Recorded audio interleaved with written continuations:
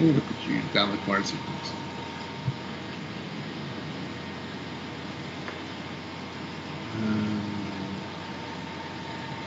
Will I delete you if I do that? All right, let me know when you're ready. I'm ready. Okay, so Earl, this is lab report for August 24th, 2018. The last report before the school year starts. The keywords for today will be server, infrared camera, remote access, lab network, processing, workflow. So to start off, my goals that I've been kind of working under for the last couple weeks have been to complete some flights, lock in the processing workflow, work on my materials and methods, get my class schedule going, and prep for the start of the semester. So to start off with, I've been working on the IR camera hack. It's where you take a GoPro style camera, break it open, and remove the internal infrared filter so it can be used as a multi-band camera. It's worked all right. I tried out one. I actually have a little video that'll be embedded in the PowerPoint so you can actually see the little video. Okay. Let's see if I can just put a little bit in here so you can actually see. Is it going to work? Well, maybe not. Maybe it's too many layers of video processing going on at one time. Yep, crashed PowerPoint. Hold on a second. Too many layers for the video to handle. Hold on. Sorry about that, everybody. That's right.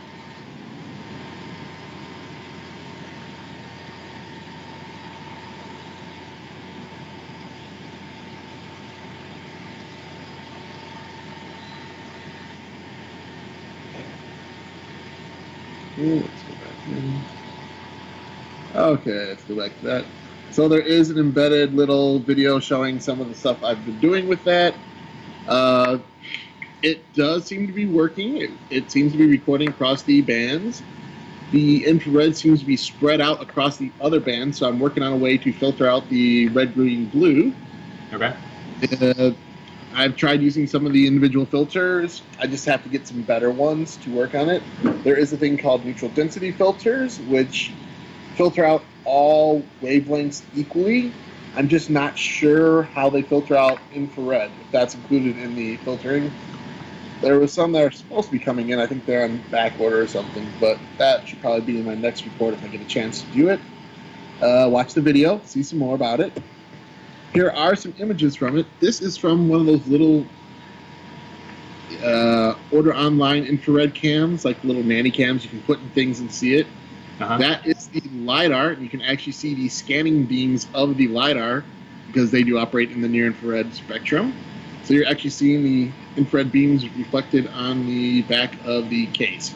So it does work really well. The cheap little cams, the $30 cams, they do work, but you will need heavy filtering for it. The infrared capable cams seem to be working even better. So what do you mean by infrared capable cam? Just like, I think I have a picture of it. It's just one of those cams that say they're night vision, that have the little IR LEDs with them. Okay. So they're just preset to see the spectrum. They have their filter pre-removed, basically. The little $30. That's like the little spherical one that we have, right? Yep, exactly. Okay. Just so like those that. are the ones we like. Those are the ones with light. They work really exceptionally well. The hacked ones seem to be working. There's just so much visual light until I can get a good filter on it. It just really doesn't show up well enough. Okay. But it does show up. You'll see that in the video. All right. And disregard the date stamp at the bottom of that. Right. I have not figured out how to set the time on it yet. Okay. Okay. Lab network. Now that we have a hardline run into the lab, I have gone ahead and networked the lab up. I brought in a little network switch. So right now, it is just an unmanned pass-through switch. It's not firewalled. Right now, I don't think we really need that, and I don't know how the school would feel about us putting in a firewalled network inside it. So I just did that. The server and printer computers are on the network now. The original IP address from the server still works with that. There is a server address now for the lab printer computer.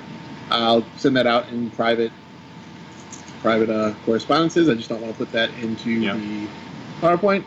I did leave Neil 1 outside of that network because if people are actually going to do work on that one, I just didn't know if we wanted to put that on him because it's, just not needed at the moment. What would be the disadvantage to, I mean, we don't need to have it remotable in. Is it hard-lined into your 10 megabit line or 100 megabit line? Yeah. Okay. Yeah, so it can be done like that, so that's not a problem. Just like I said, I didn't see the advantage to having it remote access right now. I actually feel the same way about the printer. I'd rather people didn't start prints remotely. I think monitoring is okay, but starting creeps me out. Yeah, me too. Especially since the one the other day. Yeah, I think it's that'll be later. Everybody else that doesn't know, that'll be later. Okay, so next we have the printer computer. I did add the remote login. IP will be given out privately.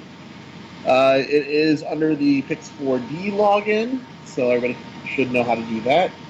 I did install a camera to look down on the print bed, so you can monitor your prints, as we were saying. Just to monitor your prints from outside, you still will need to manually move the prints until we find some cool way to build a little scraper arm to do that. Alright. This is a little screenshot of what you see when you remote access the printer. You just use it like normal, and you can see the little camera down there. You basically just use the built-in Windows camera app and activate the default camera. And that's just looking right down on the bed so you can watch it print. It looks pretty cool.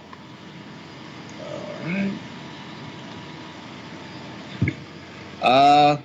On that subject, while we don't want to start prints remotely, I was going to run a test print the other day, and I was doing some other stuff, came back about 10 to 15 minutes later, and somehow the height offset has been knocked out of kilter. So it dug into the actual print head, dug into the base. It had some nice thermal deformities, and it actually gouged a little part out.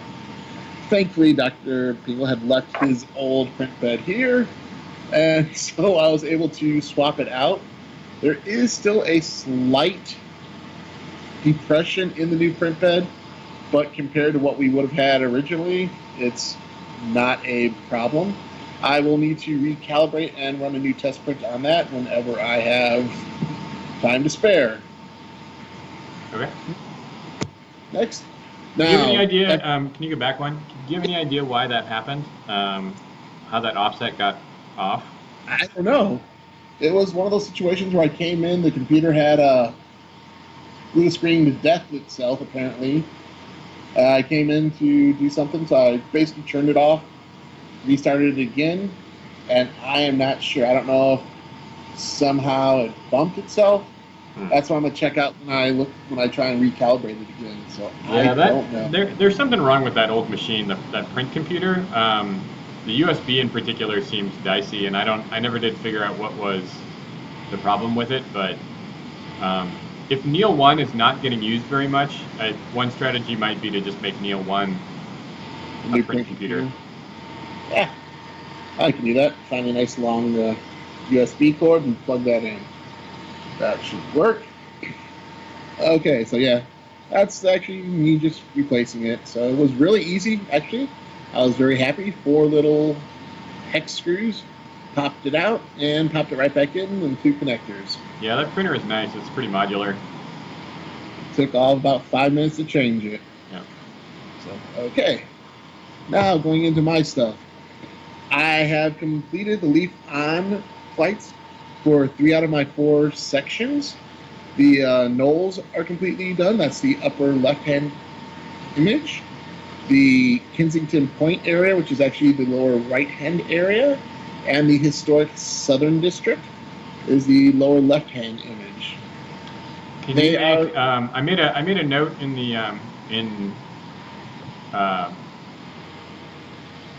in our Slack channel. But can you make shape files of these extents? Yes. Now that Okay. I've got them all in, I'm gonna go ahead and make some shape files for you. It probably should go in your proposal anyway. Yeah, and I know it would be more convenient to have a single shape file with the study areas, and I guess that's fine. I think for carving out point files, LAS Tools does a better job if they're like single polygon shape files. Okay.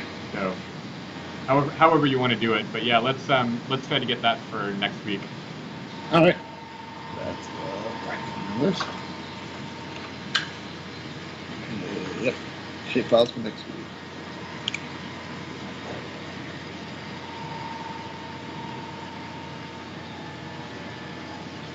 Okay.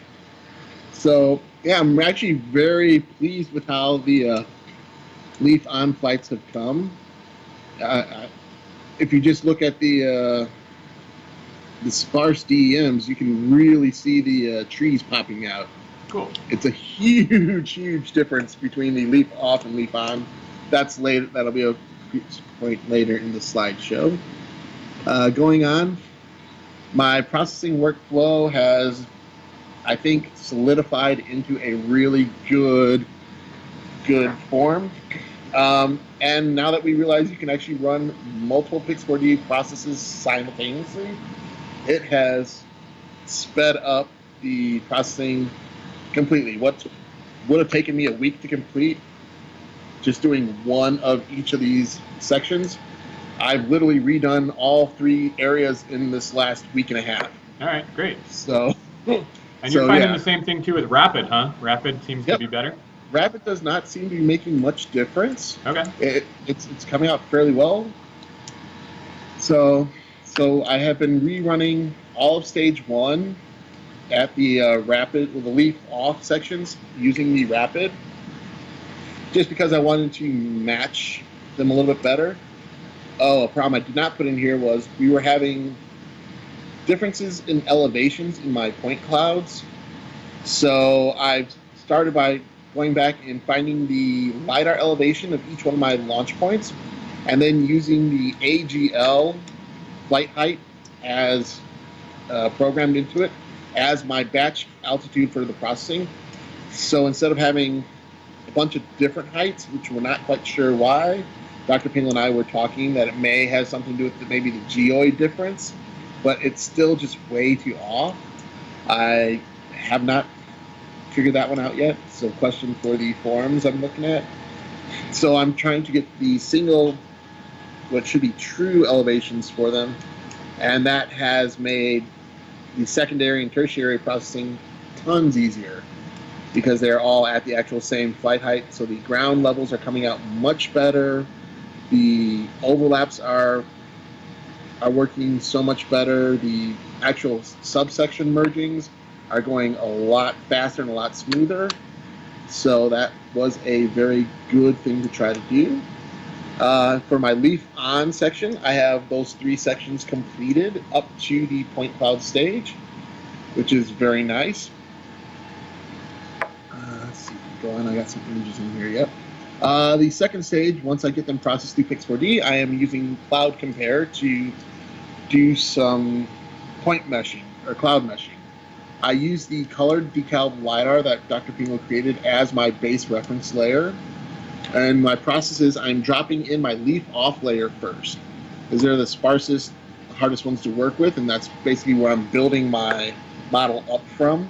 So I'm dropping those leaf off layers in first, and I'm aligning them to the LiDAR, which now that we have a proper height, they're coming in very close. I may be having to adjust them at most 2 to 3 meters, as opposed to before I was doing 15, 20, 30 meters in some portions of adjustment. Now it's just a matter of small movements, tiny movements, X and Y, and maybe a meter or 2 and the Z-axis. And then you're doing that manually? Yeah, I'm just doing that manually right now because it's really not too hard. And then now that they're coming in, I can pretty much maybe a tiny adjustment. Then I'm running the ICP, the iterate closest point, running, and they're dropping in beautifully. Okay. So if you can record, one of the things I'd be interested in is sort of like, can you do a demo of that you record? Yep. And it can be in the next week's lab report, just kind of like a 1 minute loop, loop, loop, like the whole process, start to finish. Yeah. Cool. I can do that. I've got some. As soon as this server stops running, I've got another one I'm going to be doing. So I'll make a recording of that. Yep. Try to keep it real short, 2 to 3 minutes. Literally, that's about what the process is taking now. Great. Okay, cool. For each one of them. And then this is just a comparison. I'm using the cloud-to-cloud comparison tool in Pix4D just to get some rough ideas. The image on the screen now is the leaf off cloud compared to the LiDAR cloud. And the green is the variance. Blue is negligible variance. Green is moderate, minor. Yellow is moderate, and red is severe. So in this, you can actually see like the vegetation growth that has happened in this area since the LiDAR. This is great. So I really thought this was kind of cool. So you can see what trees have grown just in the couple of years, and that's just by the leaf off. So it's mostly the evergreens you're seeing. Okay. In the next slide, this is a comparison between my leaf off and my leaf off and leaf on. I can't see this underneath your picture. I did put leaf off, right? Yeah. Yep. Leaf on and leaf off. So the RGB is the leaf off condition, and the blue is the leaf on variance. So you can actually see the trees that I could not see in the leaf off condition are now readily apparent. What's the big blob there? So that looks really good, with the exception of like that big, right there. What's that? That's vegetation. Oops, sorry. That's just vegetation of some sort. Yeah. Yeah, it's. I don't know what's back there, but that's just vegetation. I got it up on my other screen. Give me 1 second, everybody.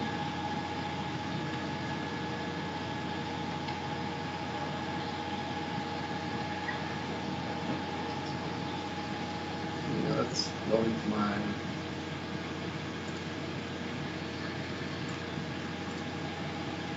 Yep, that's just a very dense patch of vegetation. Okay. Yeah, it's a whole bunch of trees back in those yards. And then in the lower left, this is all scrub it's outside of the actual perimeter of the subdivision. So that's just all scrub growth back there. So it's really kind of cool. It's actually working out as well as I had hoped, if not better. Yeah, this looks good. So that's basically, I've been spending most of the last week and a half just digging into this. So let's see. Okay.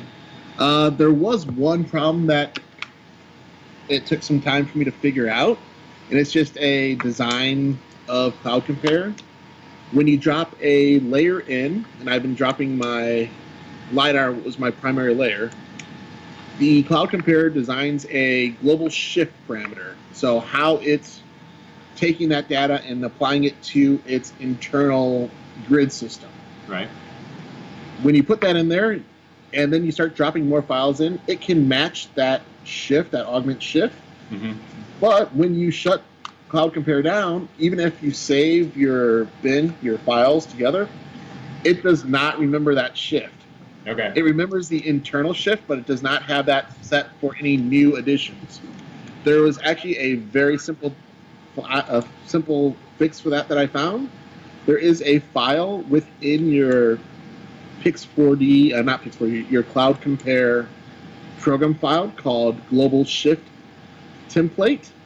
And all you do is you go in and you copy your shift parameters and insert a new text file with your name, the X, Y, and Z, and your scalar shift. And you just drop that right into your program folder and called Global Shift List Text. Wow. And then next time you open up your Cloud Compare, where it says your shift parameters, in this slide it says last input in the upper right hand. that drop-down menu will now contain one that says DeKalb LiDAR or whatever you named it, and you can continue to bring in things according to that shift. Oh, cool. Which that was lots of wasted pain and suffering before I figured that little trick out. So when you bring it in, does DeKalb LiDAR, is that reference to the file name of something, or is it like going to show up on a list? That where it says last input, there is a drop-down menu. You click on that, Neat. and it drops down the selections. The preset DeKalb ones LiDAR. are Neat. last input and suggested. And then now that it also will show one that says DeKalb LiDAR. Oh, that's super cool. Okay. Yeah, so here, it's where you see last input, you click on that, and now there's one, whatever name you choose. So it will say DeKalb LiDAR there, and you select that one, and all my new point clouds come in built into that shift. Cool. So that saved lots and lots of pain and hassle. Yeah, that's great. So, okay, I think that's pretty much most of the stuff I've been plotting away with for the last week. So the goals that I was trying to work on for this week were completing my flights. That is almost done. Locking in my processing workflow. I think I've really got it locked down. Things are working very well now, and the stress level is receding on that. Good, so good. That's pretty good. I was trying to get this into some format for my materials and method, but now that I have my workflow in, I think I can get my methods added to these chunk of materials that I had put in already. Class schedule. I found a workable schedule now this year. Just kind of sad I can't get geomorphology into my schedule. Oh. No, it overlaps with one of the classes I'm teaching. And I talked to Dr. Stencil, and he's like, well, you can try, but it would be very difficult, missing one day a week. Yeah. So I had to drop that out. What classes are you taking besides sort of the 601 and? I'm taking 601, 600, of course, and then I'm taking 790 with Dr. Wilson. Is disease. Oh. Because that's been on my radar. I've wanted to take that for a while. Just for fun? Well, it's spatial analysis of the disease matrix. Sure, which yeah. It's really kind of cool. No, I don't mind. That seems like a good class. And then I'm taking the advanced spatial with Dr. Chen, Okay. advanced spatial analytics, or what is it called? 660. So, yeah, it's an advanced spatial analysis or something like that. Okay. So, I get both of my advanced classes taken care of that I have to have for requirement for the degree. Yep. And I think they both deal with the analysis. So, might be a little difficult, but I like both the classes, and I think it'll work out well for me. Yeah, should be good. And then prep for start of semester. Getting ready. I've talked to everybody I need to talk to. I'm going to open up my Blackboard for my 102 labs actually today they should be opened up. And I start my first class on Monday. Woohoo! Cool. The big thing, I mean, it seems like the processing of the data is going really well. One of the things we really, the thing to be most attentive to right now is to get the proposal approved. So, we're putting the cart before the horse a little bit here in, you've done a lot of the pre-processing, not necessarily the real data analysis, but yeah.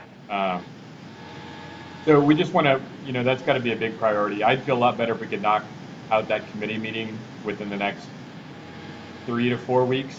Get it done really early in the semester. Yeah, we were shooting for mid. Yeah, we were shooting for mid to late September, or the latest. Yeah. Okay. So that means that 5-page proposal needs to be done next week. So do a little bit every day and knock it out. And then if that looks good, then we can at least shop it to Way and see if he's on board. Dave's probably going to be more of a rubber stamp, but we should get Way looking at it early if possible. Okay, I did talk to Dr. Lowe about being the quote unquote co-chair. Yep. Just so I have, he said he's fine with that. We were trying to get the paperwork submitted for that. Okay. So he can stamp or sign whatever needs to be done inside the university. Okay. And I did discuss that with Dr. James and Dr. Shagnon, so they know everything's all good to go for that. Okay. All right. Spectacular. All right. Well, I gotta get going. But we'll plan on a 9:30 a.m. Central Time meeting next week. Sounds early but good. Sorry, I think that's the only thing that's gonna make it go. Yep. All right. Take care. Yep. Bye-bye. Bye.